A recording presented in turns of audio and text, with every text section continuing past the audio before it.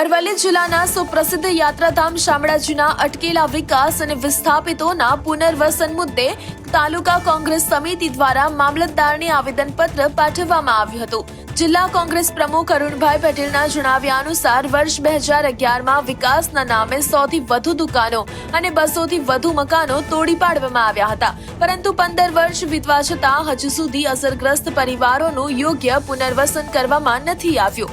માત્ર મંદિર પરિસરનો જ વિકાસ થયો છે, જ્યારે પાર્કિંગ, રિવરફ્રન્ટ યોજના અને પીવા જેવી મૂળભૂત સુવિધાઓ આજે પણ અધૂરી છે। આ સાથે જ શામળાજીને નવો તાલુકો જાહેર કર્યા બાદ પણ સરકારી કચેરીઓ પૂર્ણ રીતે કાર્યરત ન થતા સ્થાનિકોએ હાલાકી ભોગવવી પડી રહી છે।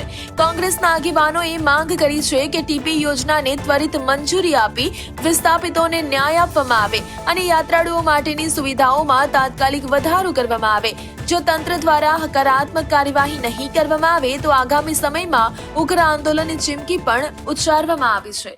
શામળાજી તાલુકો જ્યારે ભિલોડા તાલુકામાંથી જુદો પડ્યો છે ત્યારે સમય વીતી જવા છતાં હજુ જે સરકારી કચેરીઓ શામળાજી તાલુકાની ખુલવી જોઈએ એ હજી કચેરીઓ ખુલી નથી। બીજી વાત, સુપ્રસિદ્ધ યાત્રાધામની અંદર 2011ની અંદર એટલે કે 15 વર્ષ અગાઉ ડિમોલિશનની જે કામગીરી હાથ ધરવામાં આવી ત્યારે માત્ર ને માત્ર મંદિર પરિષદનો વિકાસ કરવામાં આવ્યો છે।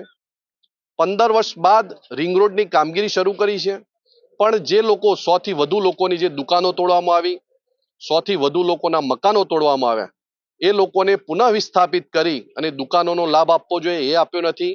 મકાનના પ્લોટોની જે ફાળવણી થવી જોઈએ એ પ્લોટોની ફાળવણી પણ હજુ થઈ નથી।